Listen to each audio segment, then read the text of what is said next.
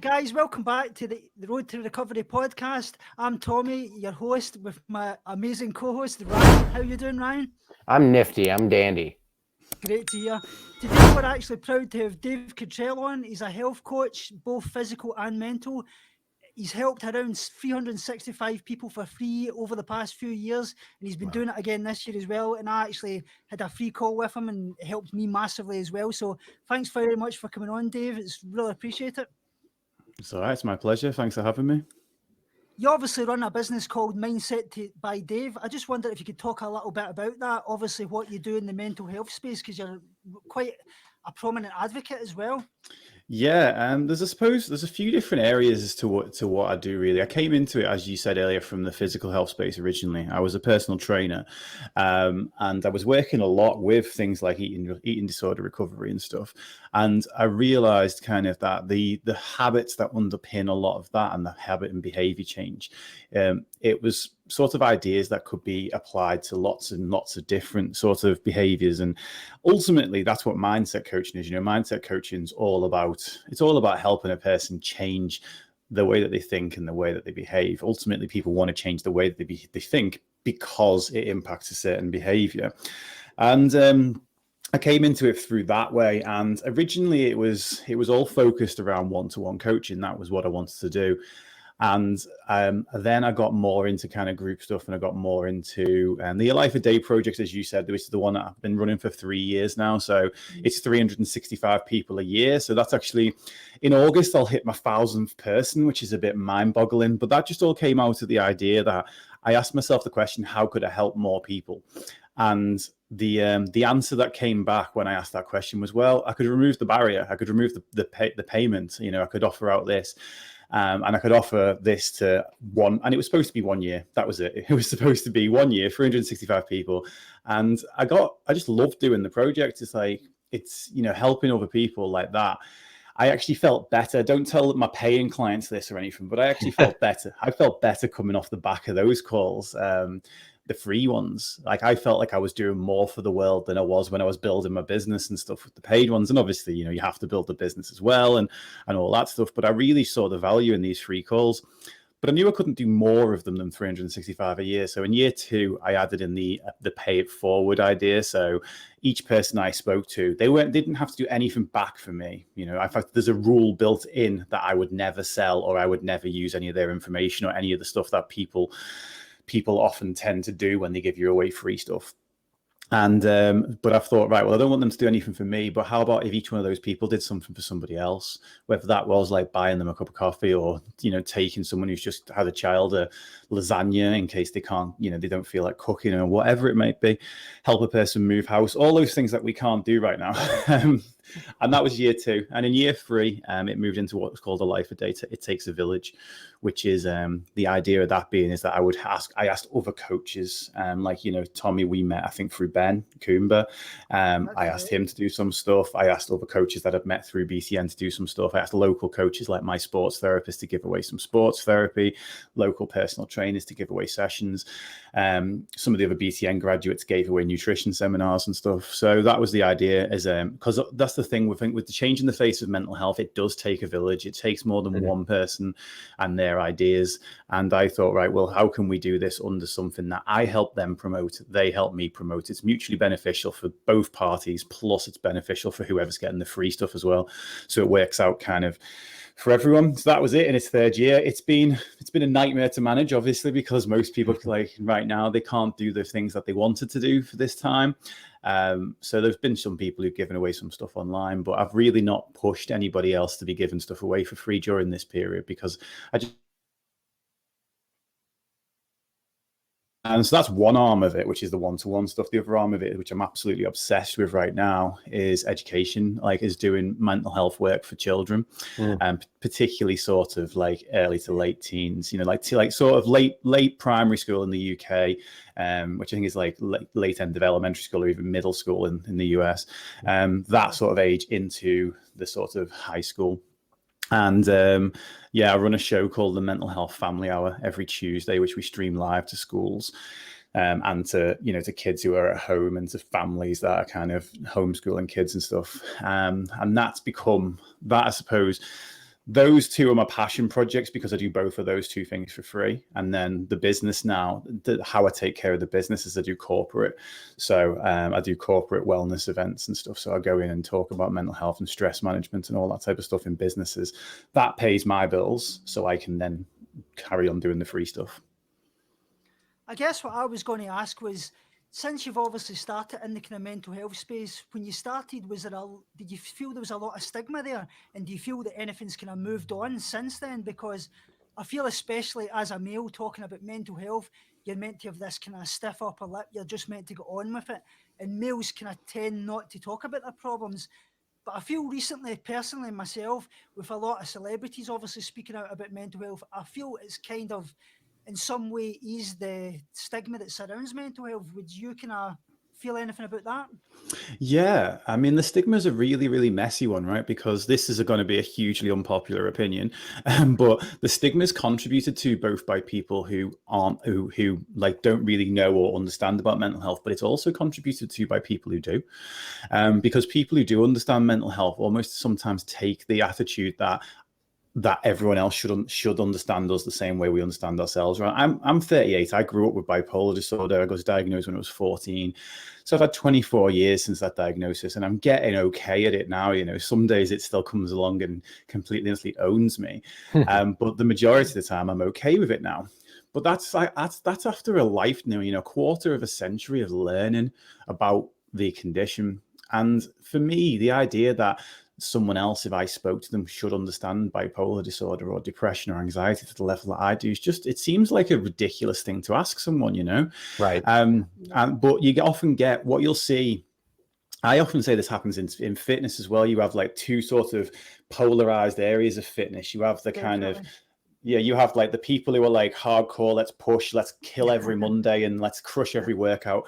And then if you search #motivation, you'll find these people. And if you're feeling unmotivated, that won't motivate you. So you end up with this shrinking middle class of motivation. You either end up with super motivated people or not motivated at all people. Same thing happens in Yeah, exactly. And the same thing happens in mental health. But in mental health, we've got like the really kind of pushy man up and get on with it side of people. And then we've got the side that says it's okay not to be okay. Now, though it's okay not to be okay is safer, it's a lot safer than man up and get on with it. You're not really going to hurt anyone's feelings with it's okay not to be okay.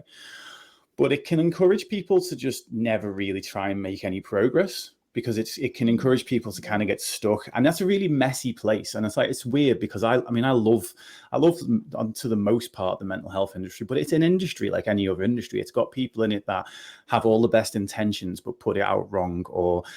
But the main thing I see in that is that there's so much criticism towards people where the stigma exists, and we're never going to beat the stigma by just criticizing the people who have it.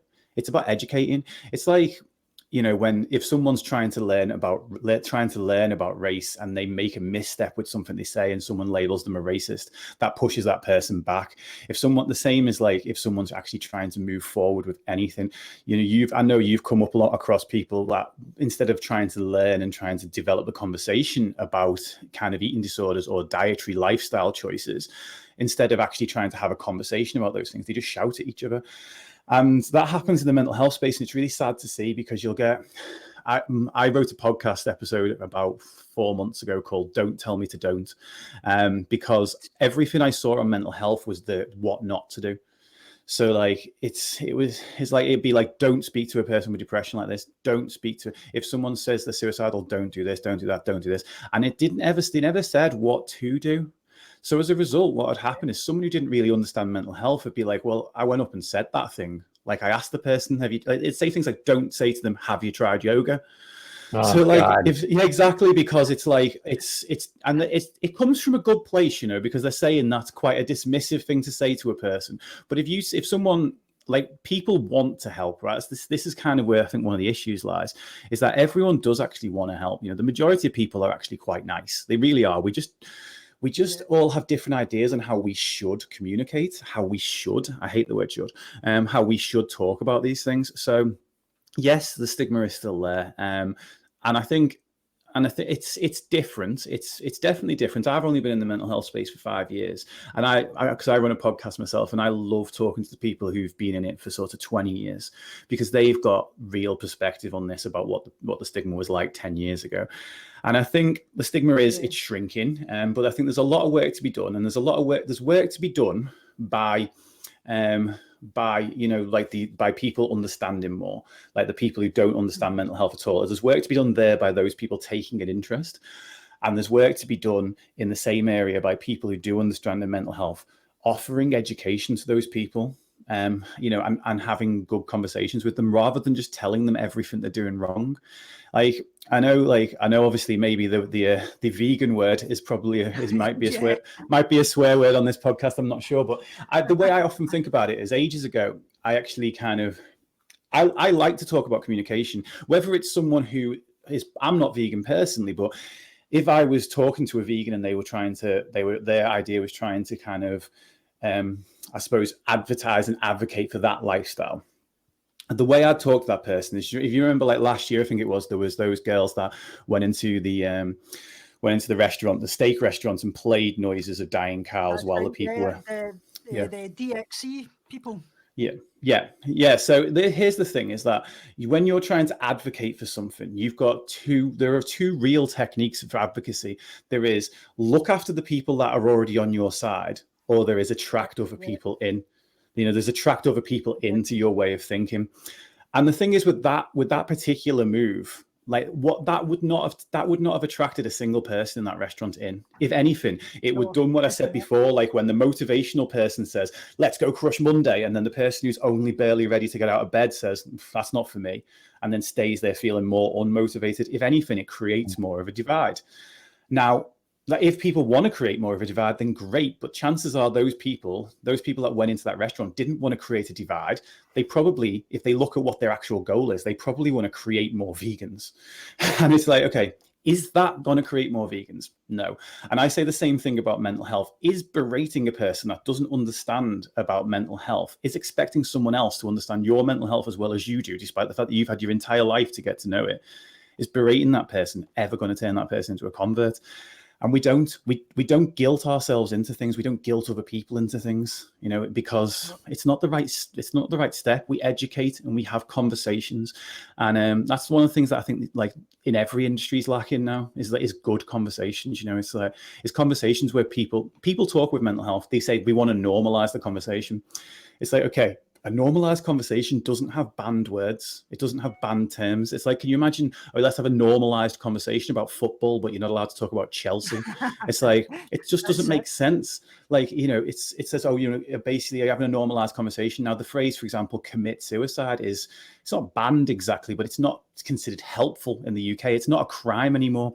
But like, if you're halfway through a conversation and someone's opening up about the fact that their friend took their own life and they use the phrase commit suicide, the mental health, not all the mental health community, but people within the mental health community would be like, can I just stop you there? We don't use that phrase anymore. And then what would happen is the conversation would just stagnate, and the person would be like, oh, right. Oh, did I do something wrong? And then it's messy. I'm not even sure if I'm answering the question anymore. Yeah, I can totally relate to that, because I'm an advocate for BEAT in the UK, which is a national eating disorder charity, and obviously See Me Scotland, a mental health charity. And when I'm doing talks at things like schools, businesses, obviously with schools, you've got to kind of like water down your talks to obviously relate to the group that you're talking to.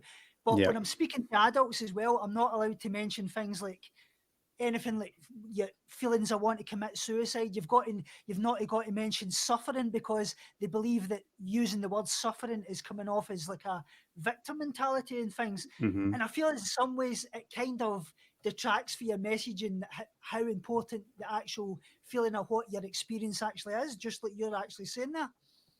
Yeah, absolutely. It's like, I understand why we would do certain things, and like maybe like if someone's got a chance in print, for example, we would say, oh well, maybe let's edit the words a little bit or whatever. But to edit someone mid-flow in their conversation, it's just disrupts the conversation.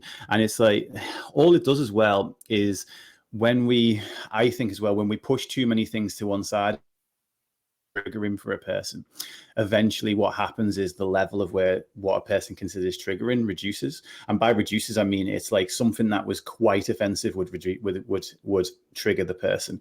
Then if we sanitize and take those sort of phrases or expressions away, what happens is something with a lower kind of threshold would then become something triggering for that person. And it's important, in eating disorders, in mental health, it's very, very important to deal compassionately with a person's triggers.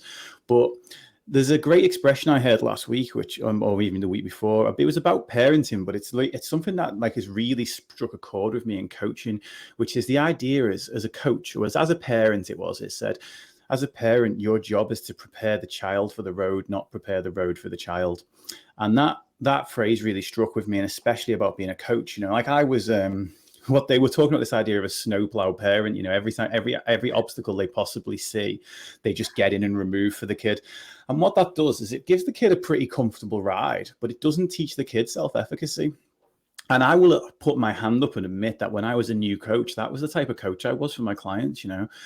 Stress is an underpinning factor in so many kind of conditions in mental health. It's not always the deciding factor, but it certainly exacerbates everything. Every eating disorder is exacerbated by stress, and it's and as a result, it became very easy for me to think, right, well, I'm just going to help my clients reduce the stress as much as I possibly can. And I like to relate it to weightlifting and but the mind being like a muscle, just like it. I mean, it's something that can be trained. Now, if you go and squat 100 kilos and you build up to being able to do that, it's like then 100 kilos becomes your 1 rep max or your 5 rep max or whatever. If you turn up at the gym one day and you go, oh, I feel a bit tired today, I'll go back to 80. I don't really feel like I've got 100 in the tank today, so I'll do that today. And then you go to 80 and it feels nice. That's good. We need that. We need to recover and we need to relax and we need to sit back sometimes. But if you stay at 80 for like 6 months, then 80 becomes your new 100. Yes. Exactly. Yeah. And I think the same is true with the mind. Really, is the fact that a mind and stress isn't exactly the problem. The problem is that we're overstressed. The problem is that we take too much stress on, and the problem is that we don't deal with stress enough. So people do very little to deal with that stress. And it's like, I refer to it as like a bridge in traffic. If you've got tons and tons of traffic coming onto the bridge and there's nothing's ever getting off at the other end, it's going to get caught up in traffic. If that bridge has got a certain weight load, you can have tons of lorries on there and cars, and for the Americans, trucks, not lorries, 18-wheelers. There we go.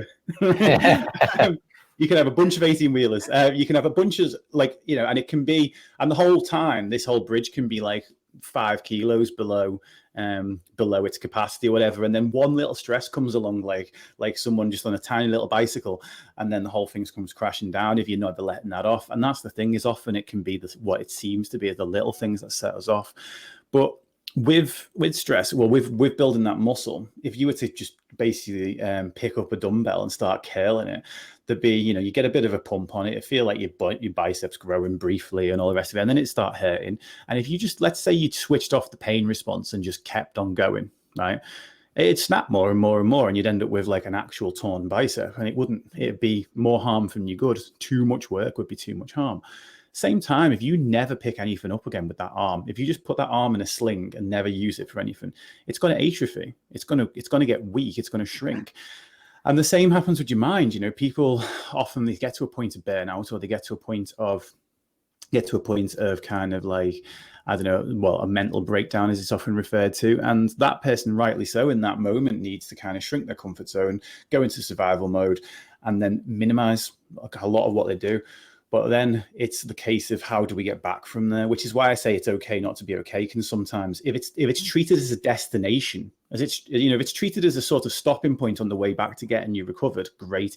If it's treated as a destination, it can be damaging itself, because we as human beings, there's very little that unites us. There really is. It's like, but the one thing that does unite us is that we all like to feel like we're doing something better than we were before. We feel like we're either lifting a slightly heavier weight, or we're running a slightly faster 5K, or our business is earning slightly more money, or we're slightly more educated, or whatever. We like the improvements, and when we have to, Yes. Yeah, and when we end up stripping everything back, we need to get, because that I mean, the hedonic treadmill, the idea of always striving for those things again isn't healthy for us if we're 100% of the time striving and pushing. But at the same time, what happens is the pendulum often swings the other way, and then the person goes, right, I can't handle anything anymore. I'm not doing anything, and that's necessary for a time, but the healing on that comes from growth. From that comes from actually beginning to engage in improvements again and beginning to feel better. We do. This is why these people say there's that quote, don't compare yourself to anyone else, only compare yourself to who you were yesterday. Very, very useful quote for a person that's on an upward trajectory. If someone's like, if I could run better today than I ran 5 weeks ago, then fantastic. If I could lift more weight, well, what happens if I've just come back from an anxiety attack, a panic attack, and I can't handle a full day in work right now, and I'm comparing myself to the person who could handle 5 full days in work last week? It's not useful. So it's really, I don't know, about not comparing yourself to anything, to anywhere, anyone ever. Just being happy for what you have in the day that you are, and saying, right, actually, well, where am I actually going with this? Like, what, like, is the step that I'm taking right now? Like, you'll have had it with probably people who, when they're recovering from eating disorders, is like, let's say someone's got binge eating disorder and they go a week without binging, and they've never gone a week without binging in their life before. So that's a huge success for this person. Then they get to 8 days and they 9 days, and let's say that person gets to like 4 weeks. Then that person has 1 binge, and then what happens? The person resets the counter. Now, the problem is, if they got to 4 weeks before then, even though that's 4 more weeks, that's 28 more single days than they've ever done before. Until that person now gets to 29 days, they don't class that as a PB. They don't class that, so they don't give it the same consideration as it may have been the first time that person avoided a binge and actually managed to walk away from it and do something different. And that person may have been like, yes, I'm so proud of myself for doing this on day 1, but then they have a binge and then they go back to day 1 and they don't treat it like the same until they get to like a new PB day. And we really have to treat everything that we do that is acting in our best interests, whether that is someone who's able to, go out and be the CEO of a business, or whether that's the person who's depressed and today what they need to do is brush their teeth. We need to treat those things like they're huge achievements. That's a great way of looking at it. Have you got anything to say on that, Ryan? I was thinking when we were talking about stress a moment ago, I've had we probably all had like moments where we know like we have so much stress going on in life, we just shut down. Yeah. And that's a very good point that you made about shutting down and that necessary time to kind of revamp your brain. It's kind of a necessary thing, but the people do get caught in that moment of staying there forever because they've become comfortable and they don't want to be uncomfortable again because it's too scary. But it's a necessary step in order to make any sort of recovery. And that's something that I went through this whole last year, was basically kind of like a physical mental breakdown. I took a few months off of doing basically everything I was doing before. And then now I'm coming back and I'm actually doing more than I was before. But because I had that time off, I was able to kind of recalibrate my brain, the way I think about things, and I actually handle things a lot better. So what I wanted to ask you, Dave, about having those moments and coming back from that stressful breakdown is like, how do you come back? What are some steps someone could take? How do you come back and healthfully start to reintroduce things in a healthy manner so that you don't overload yourself again so easily? Yeah, definitely. So I suppose there's a couple of things, and it's probably in different stages. The first stage would be how to come back in the first place, and really that I call that bit baby steps and happy dances. So what that means is that you take whatever step that you were able to take, and you don't judge it. You don't judge it against kind of like, let's say, for example, well, in fact, I'll go with the one that I actually used for myself, because I actually finally got into the habit of taking my own advice over the last couple of years. It's like I was like every other coach in the world, knew exactly what to say to other people. Yeah. but like last year, I had to kind of, there's a principle I have used similar to what I said then about the person coming back from something, if the person's like comparing themselves to who they were before. And this came out of working with injured athletes, to be honest, because an injured athlete is particularly like this. They like to compare what they're doing right now to where their best was. So if an injured athlete comes back, let's say they were a marathon runner and they come back and from an injury and they struggle with their first 5K, it can be extremely hard for that person to then get the momentum back to actually get back to the point what they want to be. And this is the thing, is that I talk about the fact there's no such thing as motivation, there's only momentum. And as with momentum, the lower the momentum is, the higher the difficulty of the thing that you're trying to do appears to be. So let's say, you kind of standard momentum before all this whole current life situation where people were just out at work. Let's say like they were at the standard level of momentum. They were feeling okay about themselves. And, their 35-hour, 40-hour work week was like the hardest thing they had to do. And that the difficulty of that was like up here now. And let's say that person starts getting feeling good about themselves in certain other areas of life, the momentum goes up, or they feel like they're really on a roll with things in work. As that momentum goes up, that the difficulty of that work week, even though it doesn't change objectively, it changes subjectively for the person. Now, when a person's momentum starts to go down, if that momentum gets really low, that work week goes off the top of the scale. And then you start getting things like, replying to group chats, sneaking up in difficulty. Then you get replying to single text messages, sneaking up in difficulty. And then if that keeps on going, especially if someone's got mental health in that as well, if a person's got depression or is overworked, is overly stressed at the same time, that momentum gets so low that on this side now, instead of it being do a work week, it's brush your teeth, get out of bed, basically draw the curtains, have a shower, eat some food. All of these things are suddenly now subjectively to that person extremely difficult. Mm-hmm. And what Tommy was saying before about the stigma, particularly around men are a little bit worse than this than women on generally. You're not supposed to make generalizations about genders anymore.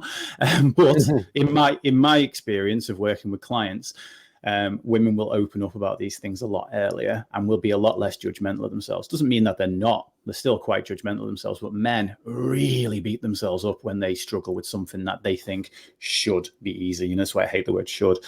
Person says things like, can't even, I used to run a company, or I used to run events, or I used to provide for my family and do all of this stuff. And I was out there being a man and doing this, 7 hours, 8 hours a day. And I was doing all this. And right now, I can't even get out of bed. And then they'll ask the last one or both of the following questions. They'll just go, why can't I do this? Or they'll go, what's wrong with me? And when the person asks that question, momentum comes even further down.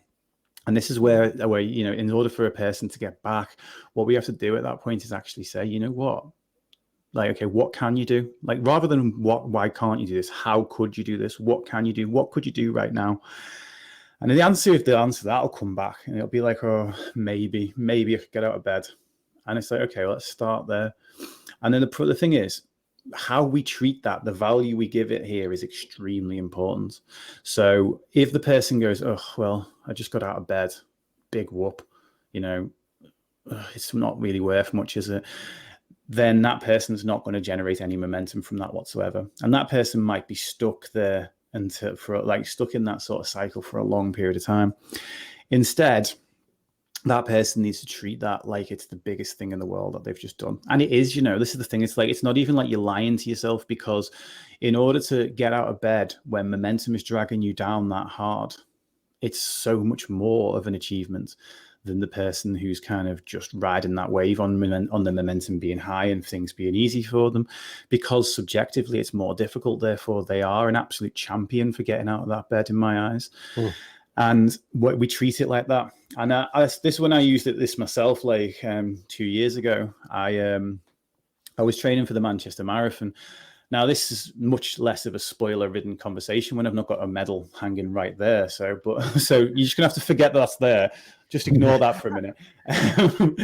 I left the finale of the film in the trailer, didn't I? So yeah, basically, I got sciatica. I overtrained in the build up to Christmas in 2018, and New Year's Day I couldn't even walk. Basically, I was already in pain on New Year's Eve, but I went out, had a few drinks. It's my wife's birthday on New Year's Eve as well, so we went out, we partied, we danced. Didn't feel like it was that sore because, alcohol, liquid painkillers and all that. And then January the 1st, couldn't walk. And it took me 6 weeks to be able to run again. And I got on the treadmill in the middle of February last year. And I was like, ugh, I ran half a mile in about 14 minutes. Now I normally run sort of a mile in about 11-ish now, like 10 to 11, depending on how long I'm going. But then I was like half a mile in less time, in more time than it normally takes me to run a mile. And it was agony. Now I had two choices at that point. I could get off that treadmill and beat myself up about how crap what I've just done is and how it's never going to. I mean, I'd done 17 and a half miles just before Christmas. I could beat myself up about the fact that it's not the 17 and a half miles. How am I ever going to get to this marathon? You know, those type of conversations that you have, that people have inside their own head all the time. And I know that if I'd have had that conversation with myself, I'd have cried and gone home, or gone home and cried, you know, or both, you know, just gone home crying. Like I cry a bit, all right. But and instead, I know none whatsoever. And I know that like I'd probably never bothered running again after that. That had been it. I'd have been like, right, well, I'm injured now, and this is it. This is me forever, and I'm stuck here, and I'm never going to get back to where I go. And instead, I got off that treadmill and I did the happy dance. I literally did a full-on dance in the gym. Probably burnt more calories doing that dance than I did running on the actual treadmill, because I really went for it. You know, you've got to commit to it. That's the whole thing. Is when you do this, you can't just go, yeah. You've got to be like, yes, I'm really proud of myself for this. And yeah, so I basically did the happy dance. And then the next day I got back on and I did a mile. 2 days later, I did 3, got out on the road a week after that and did like 2 or 3 miles on the road. And then at the beginning of April last year, I got out in Manchester and did 26.2 miles and got a medal for it. And then Friday just gone. So 2 nights, night before last, I decided to just run. I don't know where it's gone now, actually. I've got a little, it's over the other side. I've got another medal, which was made for me by my son. It's drawn on paper because I ran a solo marathon on Friday night, just round the woods, right by my house. And because like you're talking about those baby steps, really, that's what you've done, really. There, that's exactly it. 100%. And the reason I call it the baby steps and happy dances is because, you know, if you think about when a child's learning to walk, no adult in their right mind would go. Everyone knows that when that child gets up to the couch, turns around, goes to make those first few steps, they're not going to get it across the whole floor. We know this.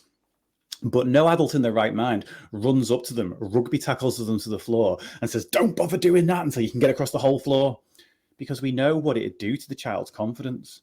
At the same time, if that child gets to 10 steps one day and then 3 days later only does 5, that adult doesn't run up and start being like, you bloody loser. You're such a loser. You did 10 steps the other day. Now you're only doing 5. What's wrong with you? Again, because we know what that would do to this child's and momentum, to their self-esteem. Yet we talk to ourselves like that all the time. Mm-hmm. We beat ourselves up like that all the time. We call ourselves the worst things in the world. That what's wrong with me question. You're going to answer that question with everything bad you've ever thought about yourself, everything bad anyone else has ever said about you, and everything bad that no one else has ever said about you, but you know that they're thinking it. So that's what your head is full of when you ask that question. And it's like, you know, like you wouldn't say that to that kid. It's like, oh, what's wrong with you? You didn't make it across the whole floor in the first go. No, of course they didn't, because they're learning to walk. And we don't like to, this is the thing, the issue with this is we don't like to think of ourselves as children. We don't like to think of ourselves as, but we are, whenever we're trying something new, or even going back to something that we're recovering from, we're making those baby steps. And you know what the big thing is to a baby, like we say the phrase baby steps, but to a baby, they're everything. And that's the thing, is those baby steps, that person who's got depression, if they get out of bed today and they, you know, they're probably not going to be ecstatic with themselves, but if they take a moment to be like, you know what, I've been stuck in that bed for 5 days. I'm really proud of myself for doing that.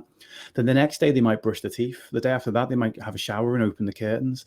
The day after that, they make themselves some food and they keep on going. Now, the criticism version, the what's wrong with you, the inner critic is going to keep them in that bed forever. And what it wants is it wants the magic wand. It wants the light switch to go back on and the person to go from this thing that they are now to the thing that they were before. And that is enough of a thought. The distance between those two spaces is enough of a thought to keep a person depressed. So instead, what we do is we take the baby steps, and instead of invalidating the baby steps, we accept that they are a vital stage on the way to where we're going. They are important and they will get us there. Same as what the mind wants. Both that inner critic and that inner coach want the same thing. And I think I might have told Tommy about this one, about the two friends I've got that. And one of them will say to me, You're always busy. You've never got any time for me. When can we hang out? And the other one will be like, I always love spending time with you. I know we're both busy right now, but when do you think we'd be able to see each other? Now, if we sit back and take the emotion of the words out of those things, what they're both asking is, when can we hang out? It's the same question from both of them, right? But one of them asks it in a way that makes me dig my heels in and get defensive. The other one asks me in a way that makes me feel validated and wanted. And it's like, and as a result, for the second guy, I get my calendar out. And this is the same when we're trying to talk ourselves into this. When our brain goes, oh, come on, Dave, you bloody loser. You did 17.5 miles before Christmas and you barely got through one right now. What it's trying to say is, get back to those 17.5 miles. Come on, let's go and do this.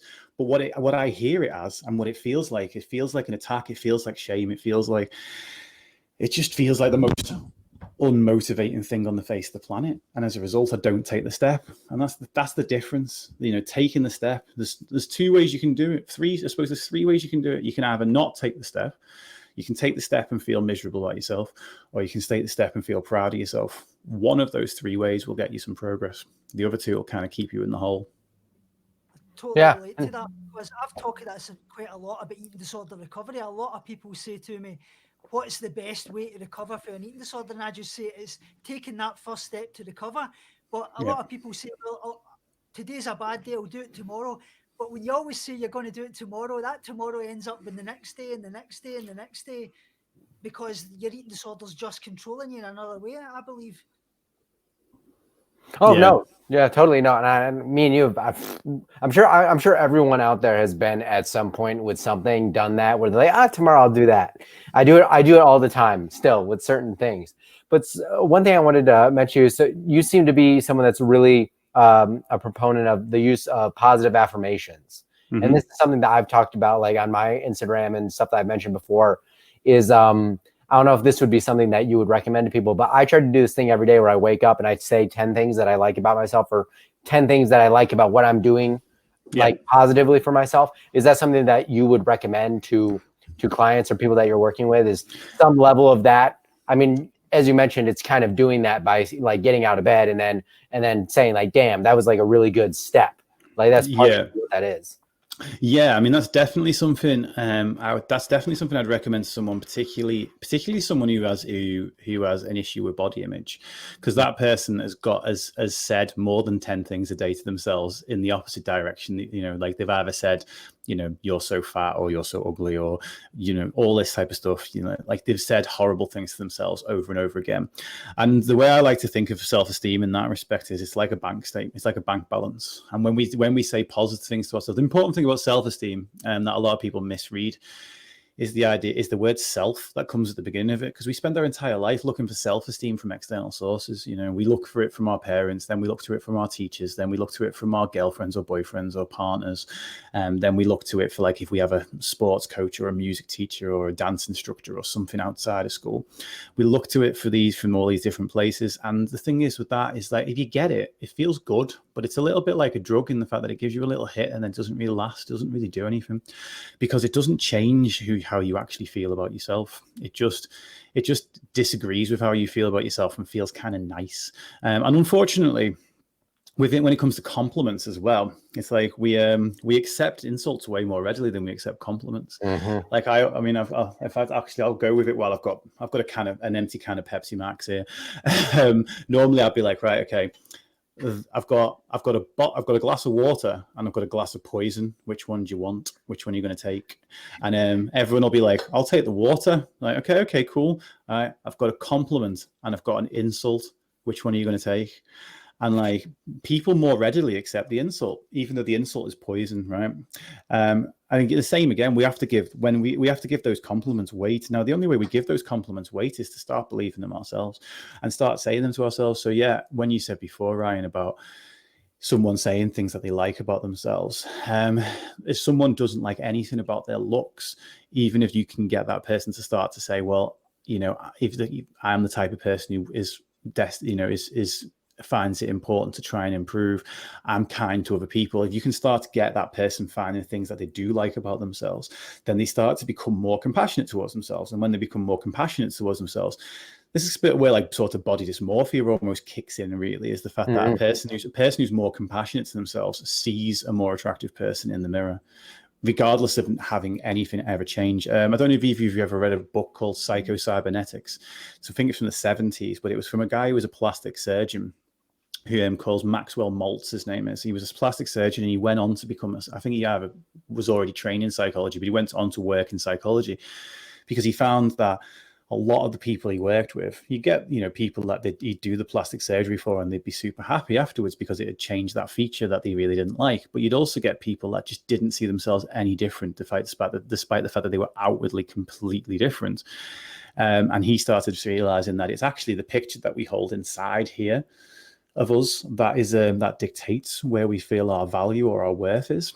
And that's the whole thing, is that when someone's self-worth, that has often been dictated by other people's opinion. But in terms of when someone says something negative, it drags that self-worth right the way down. When someone says something positive, it bumps it up temporarily. But the negative stuff seems to be that it's that last with us. We keep them, we put them in the bank account and we go, that's my value. Now, whenever we do the same to ourselves, that is like we're putting debt in that bank account every time we talk negatively about ourselves. And we can't stop those thoughts from coming, but we can choose to either ignore them and to not pay attention to them, or to not hold on to them. The same as like if I gave you that glass of poison and water, it's like the one that you drink is the one that actually impacts you. It's not until you drink it and you take it and make it part of you. While it's still in the glasses, it's got no value whatsoever. So there's a big thing about giving and receiving. Like if someone gives you, like I said before about how people can get offended by lower things on the list when you try and sanitize things. Offense offense and shame and stuff can often be taken where they're not even being offered. So like it's like someone can be offended by something that didn't have any offense inherently in it.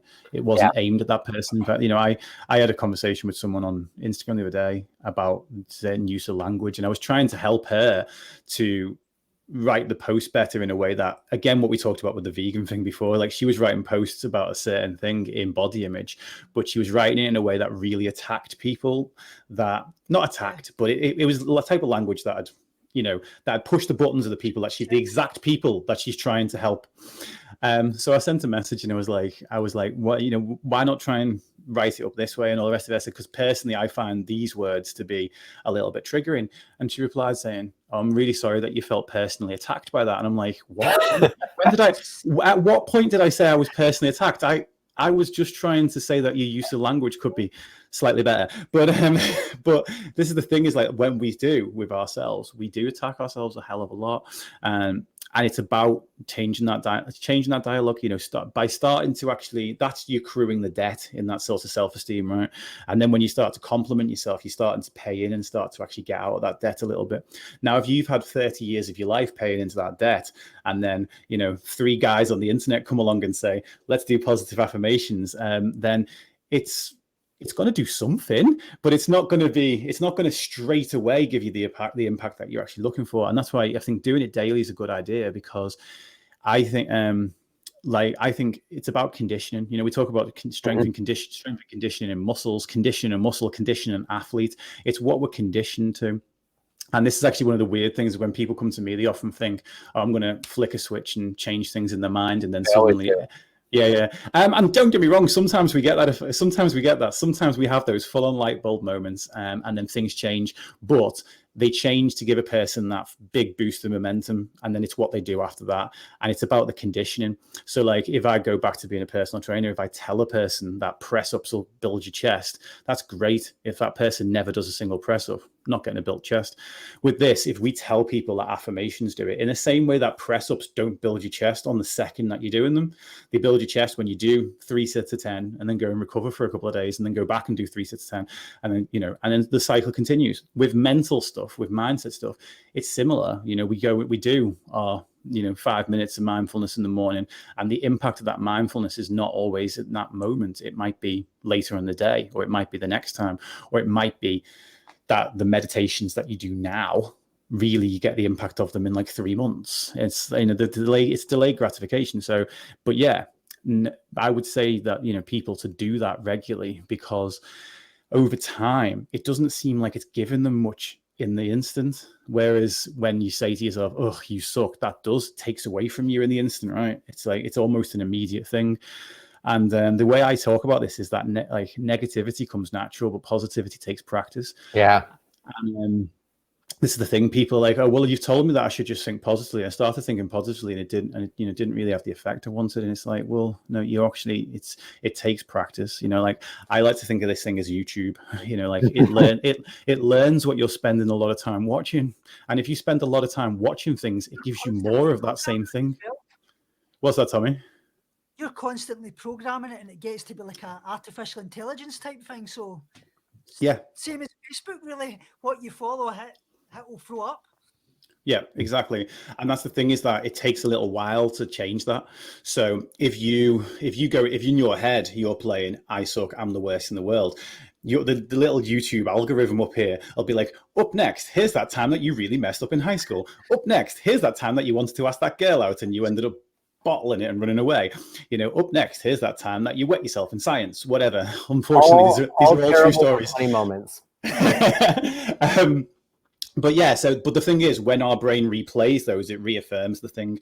Now, when we start telling ourselves, I'm happy about this sometimes what we have to do is like, okay, I'm a really good person, I do these things. And sometimes what we have to do is go, right, I'm going to go and sit and I'm going to watch the video of that.